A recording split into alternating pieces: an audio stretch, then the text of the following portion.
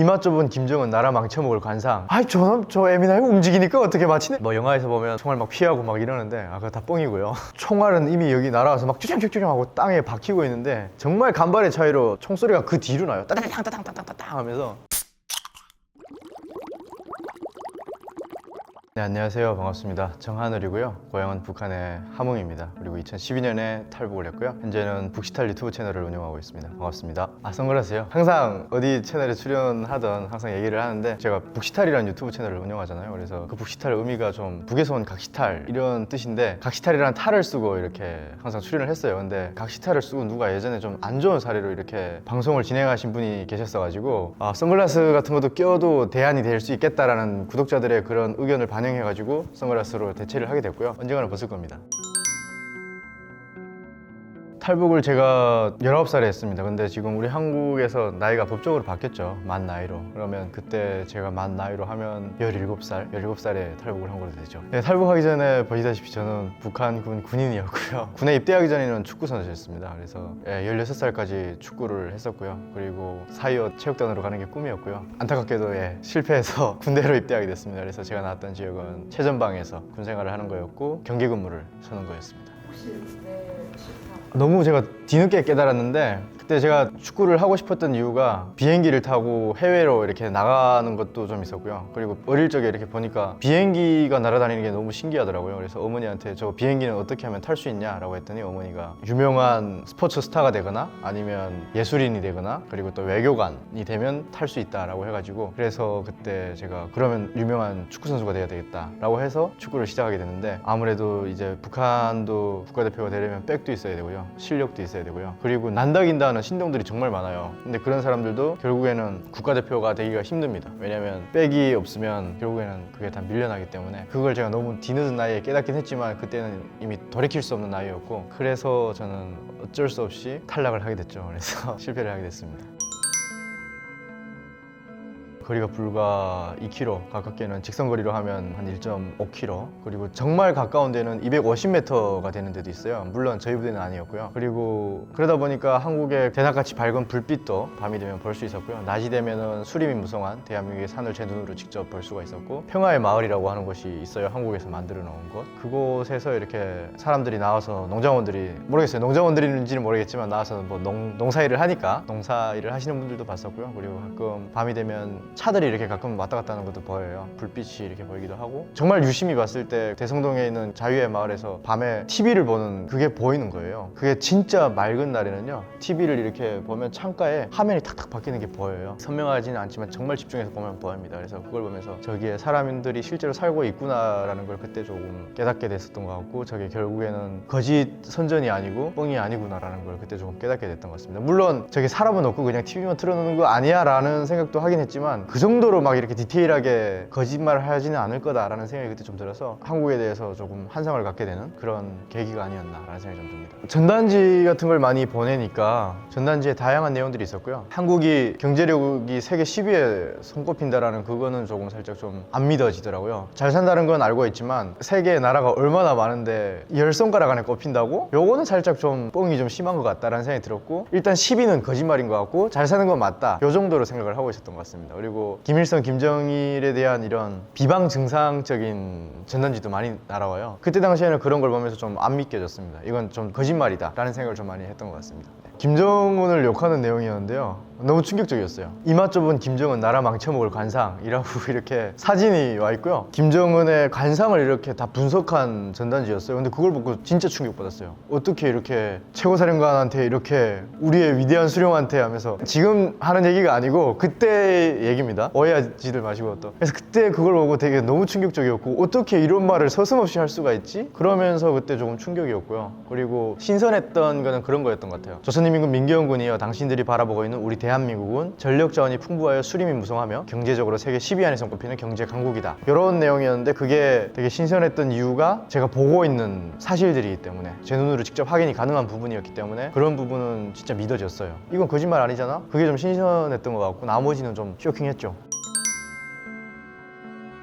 정신교육을 가장 많이 받고요. 매일 잠복근무나 근무 나가기 전에 계급교양 같은 걸 합니다. 그 계급교양이라는 거는 이제 6.25 전쟁 때 이제 미군이랑 한국군이 들어와서 저지른 만행들이라고 해가지고, 그러니까 적에 대한 환상을 갖고 도망가지 말아라 라는 그런 방지 차원의 교육이라고 보면 될 것 같고요. 그래서 그런 교육을 근무 투입 전에 30분씩 하고, 그리고 매일 2시간씩 또 김씨 일가에 대한 사상교육, 세뇌교육 이런 걸 매일 하거든요. 10년 동안 받게 되죠. 그러면 한 10,000시간 정도 받게 됩니다. 북한 당국은 그걸 안 거죠. 우리가 10,000시간 동안 이 사람들을 세뇌시키면 나중에 전역하고 나서라도 우리 당에 충성할 수 있는 인간 병기들로, 세뇌된 사람들로 거듭날 수 있다는 걸 알고 있기 때문에 그것도 북한 당국이 어쩌면 하나의 노림수라고 보면 될 것 같습니다. 안 좋게 가르칩니다. 예, 안 좋게 가르치고요. 돈에 팔려서 나오는 돈의 노예들이라고 일단 가르치고요. 총 한 방 쏘면 다 도망치는 겁쟁이들이다 라고 가르치고, 그런 안 좋은 교육들만 많이 하죠. 되게 놀랐던 게 괴뢰군이라고 하거든요. 한국에 오니까 북괴라고 하잖아요. 괴뢰군이라는 게 그때는 북한에 있을 때는 그냥 그게 하나의 용어인 줄 알았어요. 군인들인데 그냥 괴뢰군인가 보다 뭐 이렇게 생각을 했었거든요. 근데 한국에 와서 그게 아니고 이제 정통성이 없는 군인들을 괴뢰군이라고 부른다는 걸 그때 알게 됐었죠. 그때는 우리 국군이 되게 모양 빠지는 군대라고 이렇게 좀 가르침을 받았었죠. 지금은 아니고요. 또 오해하실까봐 분명히 또 말씀을 드려야지. 그리고 북한 군인들한테 그런 것도 많이 보여줘요. 해병대 군인들이 훈련하는 모습을 갯벌에서 이렇게 IBS 버트 같은 거 막 머리에 이고 막 새까매져가지고 이렇게 막 또 갯벌에 막 구르고 자르골라 우르골라 하는 거, 그런 것들도 보여주면서 이제 얼차례 받는 거다라고 하거든요. 그걸 딱 봤는데 와, 쇼킹하죠. 와, 저렇게 얼차례 받는다고? 너무 가혹한데? 뭐 이러면서 안 좋은 것들만 주로 많이 가르치고요. 근데 또 북한 군인들끼리 또 구전으로 내려오는 그런 얘기들도 있어요. 쟤네는 군 생활을 3년 정도 한다 이런 얘기. 자기들은 10년을 하는데 한국 군인들은 2년도 안 한다? 굉장히 쇼킹할 거고, 초코파이를 많이 먹는다. 그게 굉장히 부러움의 대상. 근데 솔직히 뭐 저도 군부대 많이 다니긴 하지만 초코파이 안 먹더라고요. 군인들한테 물어보니까 잘 안 먹습니다. 요새 뭐 초코파이 안 먹고요. PX 가서 무슨 뭐 더 맛있는 것들도 많기 때문에, 뭐 옛날이나 뭐 그렇게 초코파이가 눈물의 초코파이였지 지금은 뭐 그렇지 않다고 하더라고요. 그래서 그 얘기 듣고 더 쇼킹했었고요. 북한 군인들은 그거 되게 부러워합니다. 체격 조건이 우리보다 더 우위에 있다. 우리보다 더 피지컬이라든가 이런 게 우위에 있기 때문에 우리가 정신력으로 싸워서 이겨야 된다라는 그런 얘기가 좀 있었습니다. 태권도 뭐 무술 훈련은 기본이고요. 주먹으로 뭐 이렇게 막 때리는 건 아주 그냥 인간 샌드백은 기본이고, 신병 훈련 받을 때 제가 나무하러 올라가서 하목장에서 나무 잘 못한다고, 물론 저도 일을 집에서 좀 많이 하고 나온 케이스긴 한데 저보다 10배 100배 잘하는 놈들이 많더라고요. 그때 느꼈죠. 세상은 넓고 정말 일 잘하는 놈들은 많구나. 나무를 이렇게 막 베는데 하루에 처음에는 요만한 거였는데 나중에는 뭐 이만한 풀단, 뭐 잡간목이라고 해가지고 잡초든 나무든 싹 다 그냥 해가지고 칡줄로 이렇게 한아름 되게 이렇게 묶어서 한 단이거든요. 그걸 하루에 60단씩 1인이 해야 돼요. 근데 그걸 오전에 30단, 오후에 30단 해야 되는데 저는 못 하겠더라고요. 근데 다른 애들은 그렇게 하는 애들이 있는 거예요. 막 농장에서 이렇게 자라난 애들은 그게 뭐 식은 죽 먹긴 거예요. 3시 반? 4시쯤 되니까 60단을 다 해버리고 자기 시간을 갖는 거예요. 쉬는 거예요. 걔들은 이제부터 도적질하러 나가고 막 그러는 거예요. 근데 저는 밤 8시, 9시 될 때까지 그걸 못 하는 거예요. 그거 했는데 40단 정도 겨우 하고, 막 신병 분대장이 봤을 때도 뭐 빡치겠죠. 다른 애들 다 하고. 근데 뭐 저 같은 애들이 많았어요. 근데 와, 막 때리고 막 욕하고 그러는데 이게 갑자기 막 서럽고 고향 생각나고 부모님 생각나고 막 이러니까 어디서 즙자냐고 하면서 이렇게 막 때려요. 근데 뭐 때리면 그때 울잖아요. 그러면 슬퍼 하면서 더 때리고, 안 울잖아요. 그러면 너 지금 나한테 좀 반항하는 거냐? 그래서 배를 쓰냐? 뭐 이렇게 해가지고 또 구타를 합니다. 그래서 뭐 이러지도 못하고 저러지도 못하고, 근데 어느 날 맞다가 너무 막 빡쳐가지고 좀 씩씩댔거든요. 그랬더니 이 새끼가 어디서 씩씩대냐고 하더니 낫으로 이렇게 베잖아요. 낫날로 저를 이렇게 딱 때린 거예요. 근데 낫에 이렇게 딱 맞았는데, 물론 앞에 그 뾰족한 걸로 때렸으면 여기가 확 베어져 나가서 뭐 피가 나오고 막 그랬겠죠. 근데 낫 동그란 뒷날 있잖아요. 그걸로 이렇게 딱 때렸는데 그것도 잘못 맞으면 찢어지긴 해요. 근데 그때 진짜 갑자기 머리가 띵 하면서 여기가 뿔룩하게 불어나는 거예요. 근데 진짜 아프고, 와, 그때 그렇다고 해서 뭐 어떻게 뭐 반항할 수도 없고, 그래서 그냥 뭐 맞는 거죠. 그런, 정말 맞습니다. 탈북 동기 같은 경우에는 일단은 저는 2012년 4월 15일에 조국 통일이 된다라는 확고한 믿음이 있었어요. 조국 통일 강성대국이 건설된다라는. 왜냐면 북한 당국이 2002년부터 강성대국의 대문을 열겠다. 그게 어떤 길이냐? 바로 조국 통일을 해가지고 더 부강한 국가를 건설하겠다라는 그런 걸 어찌 보면 공약처럼 이렇게 내걸었었어요. 그래서 2002년도면 제가 굉장히 어려웠을 때 아니에요. 그러니까 그 어린 친구들 앞에서는 맹물 한 그릇도 그냥 먹지 말란 말이 있듯이 저한테는 그게 되게 너무나도 중요한 약속 약속처럼 각인됐단 말이죠. 그래서 이제 쭉 크면서 이제 어느 정도 성인이 됐고, 그리고 군에 나오면서 이제 너희들은 통일병사가 될 것이다 라는 그런 게 상당히 강했어요. 그래서 2012년 4월 15일을 기다려지는 그런 날이었고, 그랬는데 이제 11년 12월에 김정일이가 죽는 사건이 발생을 합니다. 그러면서 제가 그때 전단지도 되게 많이 주워받고, 근무섬에서 전방에서 이렇게 한국을 접하기도 했었고, 그런 것들이 이제 복합적인 요소들로 일어나면서 누구는 최전방에 나와서 개고생을 하고 있고, 누구는 또 평양에서 군생활 편하게 하고 있고, 군복 탁탁 털면서 군생활을 하고 있고, 나는 온 땅에 배를 붙이고 잠복근무를 서고 있는데 이게 과연 공평한가 하면서 그런 생각이 계속 들었단 말이죠. 과연 강성대국의 대문이 열리는지 2012년 4월 15일까지 기다려보자. 그런데 아무런 변화가 없었죠. 그리고 김정은은 공식 상에서 이렇게 열병식을 하는데, 거기서 연설을 하는데 딱 그런 말을 했어요. 조국통일혁명 기업의 계승완성을 위하여 계속 싸워 나갈 때 대한 어떤 희망적인 메시지를 떠던지면서 결국에는 우리가 통일이 안 되고 강성대국의 대문을 지금 못 열었다라는 결론에 딱 저는 도달하게 됐죠. 그래서 아하, 이게 거짓말이구나, 이제는 더 이상 희망이 없다, 더 이상 나는 안 속는다 라고 생각을 하게 됐고, 그래서 그때 저는 그러면 과연 희망이, 내가 찾을 수 있는 희망이 뭔가 라는 생각을 좀 많이 하게 됐고, 탈북을 하자 라는 생각이 좀 들었던 것 같습니다. 저 같은 경우에는 태풍이 불어가지고 북한의 최전방 그 철책이 있는데 2200V의 고압 전기 철책, 220V 가시 철조망, 이 세 개의 철책들이 좀 많이 파괴가 됐어가지고 정말 운이 좋게도 감사하게도 첫 번째 관문이 열린 거죠. 그리고 두 번째 관문은 뭐 지뢰들, 그리고 또 북한 군 애들이 저를 잘 가라 뭐 이렇게 전우요 이렇게 할 수는 없기 때문에 걔들이 또 감시를 하고 있기 때문에 운에 맡겨보자, 지뢰는 뭐 밟든 안 밟든 그건 좀 운에 맡겨보자라는 마인드로 들어왔고, 당시 AK 소총이랑 그리고 총탄 90발, 수리탄 2개 이렇게 휴대하고 들어왔기 때문에 전투 준비를 하고, 그리고 누군가가 나한테 총질을 하면 나도 맞총질을 해서 피값이라도 하고 죽는다. 그리고 수리탄은 갖고 있었기 때문에 내가 만약에 그렇게 싸우다가 잡히는 상황이 오면 수리탄을 터뜨려서 자폭을 한다. 그래서 시체도 안 남긴다, 이런 거였고, 마지막으로는 무조건 살아서 대한민국에 잘 정착을 한다 결론을 내리고 이렇게 대한민국으로 향했던 것 같고요. 지뢰밭으로 들어왔던 것 같습니다. 그래서 들어왔더니 2m 정도의 갈대밭이 쫙 펼쳐졌고, 안을 이렇게 막 헤치면서 들어오니까 이제 가시넝쿨이 또 저를 맞아주더라고요. 생각지도 못한 장애물이었고, 그때 그걸 막 헤치면서 전투복이 많이 찢어지기도 했었고, 찢어진 전투복 사이로 이제 가시들이 막 들어오면서 또 살갗이 찢어져서 피가 좀 많이 흐르기도 했었고, 저는 한 18시간 정도 걸렸습니다, 탈북하는데. DMZ로 온다라는 거는 단시간 안에 좀 더 고위험도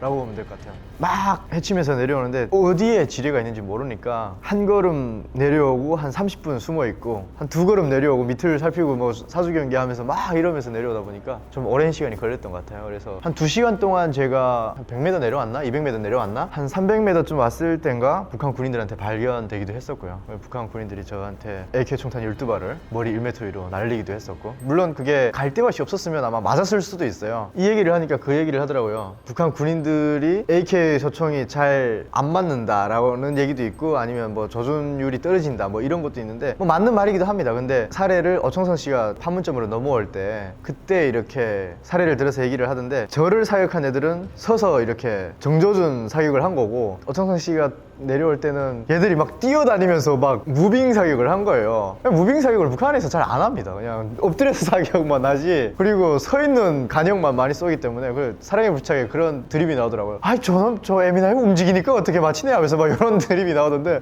아 요거 굉장히 재밌는 드립이다라는 생각이 좀 들더라고요. 그래서 아마 저는 그렇게 빠르게 움직이는 물체도 아니었고, 감사하게도 2m의 갈대밭 속에 제가 숨겨져 있었기 때문에 1m 위로 이렇게 총알이 제 위로 지나가는 게 보였어요. 보이고, 그때 어둑어둑 땅거미고 좀 내릴 때였고, 시뻘건 불덩어리 12개가 막 날아가는 게 보였었고요. 뭐 영화에서 보면 막 총알 막 피하고 막 이러는데, 아 그거 다 뻥이고요. 총알은 이미 여기 날아와서 막 쭈쭈쭈쭈 하고 땅에 박히고 있는데, 정말 간발의 차이로 총소리가 뒤에서 정말 미세한 차이로 총소리가 그 뒤로 나요. 따당땅땅땅땅땅땅 하면서 총알은 이미 날아와 있고요. 그래서 그때 알았죠. 아 총알 피한다는 건 거짓말이구나. 아, 물론 뭐 영화에서는 총알 피하면 아 영화구나 하고 버세요. 예, 버시고요. 그때 DMZ에서 하룻밤을 자게 되고요. 물론 지금은 이렇게 웃으면서 얘기하는데, 그때는 정말 너무 고통스러웠던 밤이었고, 북한 군인들이 추격조가 따라와가지고 군견을 끌고 들어왔다고 하더라고요. 네, 그렇게 해서 이제 대한민국으로 들어왔고, 우리 군인들이 저를 잘 기순 유도를 해가지고 탈북을 무사히 할 수 있었던 것 같습니다. 그러니까 제가 그대로 죽으면 되게 아깝잖아요. 근데 그게 북한 군인들이 그렇게 가르칩니다. 죽더라도 피값은 하고 죽어야 된다. 내가 죽더라도 나의 피값은 하고 죽어야 된다라는 그런 걸 항상 가르치기 때문에, 그러니까 제 목숨이 그냥 죽으면 되게 파리 목숨 같잖아요. 근데 나를 죽이려고 하는 자를 내가 죽이고 나 역시 죽는다 하면 그거는 이제 피값이라도 하고 죽는 죽음이라는 걸로 이렇게 가르치기 때문에 그런 뜻입니다.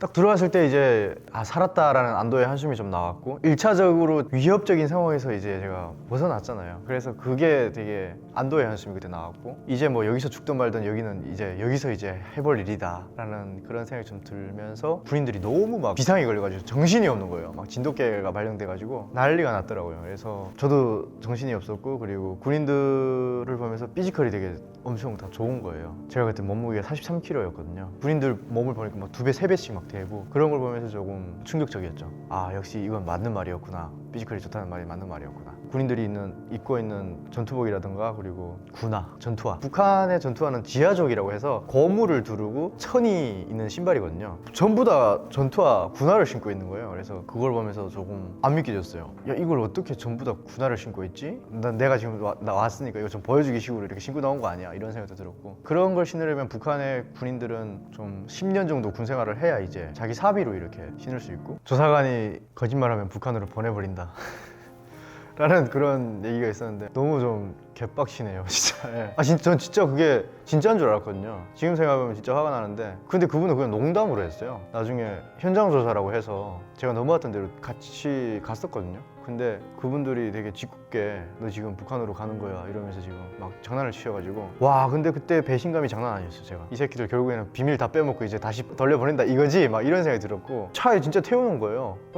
국정원 그 내에서만 조사실에서만 계속 조사를 하다가 현장으로 가야 되는데 보니까 진짜 차 타고 가는데 제가 왔던 데로 지금 진짜 가는 거예요. 그러니까 제가 그때 와 진짜 지금 생각해보면 그 배신감이 이루 말할 수가 없고 그러면서 지들끼리 좋다고 히히닥닥 거리는 걸 생각하면 근데 그때 막내 분이 계셨는데 계속 안심시켰어요. 제가 너무 불안해하니까 거짓말이라고 농담이라고 안심하라고 하는데 안심이 안 되더라고요 저는. 그러고 있다가 이제 딱 갔는데 거기서 이제 사단장님 다 나오시고 하면서 뭐 브리핑 하면서 보니까 뭔가 분위기가 심상치 않은 거예요. 진짜로 가나? 뭐 이러면서 막 차들 막 엄호하는 차들 막 나오고 그리고 이제 딱 들어가는데 철책안으로 들어간다 방탄조끼 다 입히고 방탄만 씌우고 그러는데 저한테도 입히고 씌우는 거예요. 그래서 혹시 다시 보낸다면서 왜 입히고 씌우지? 막 이런 생각도 들었고 그러고 이제 들어가서 이제 알고 보니까 그게 제가 너무 불안해하니까 그때 이제 현장 조사 나온 거니까 너무 걱정하지 말아라. 지금도 생각하면 막 PTSD가 오는데 그랬던 기억이 있습니다. 그래서 그건 아직도 잊혀지지가 않고 지금 생각해보면 지금도 화가 나네요. 네 오늘 이렇게 사이다 TV에 출연을 했는데 여러분들 재밌게 봐주시고 즐겨주셨으면 좋겠고 그리고 또 제가 혹시라도 뭐 혹이라도 발언을 잘못 농담으로 한 것도 있는데 웃자고 한 얘기에 또 죽자고 달려드시는 분들도 계셔가지고 즐기셨으면 좋겠다라는 말씀 드리고 싶고 또 궁금한 부분 있으면 저희 채널에도 많이 놀러 오셔서 봐주시면 좋겠습니다. 감사합니다.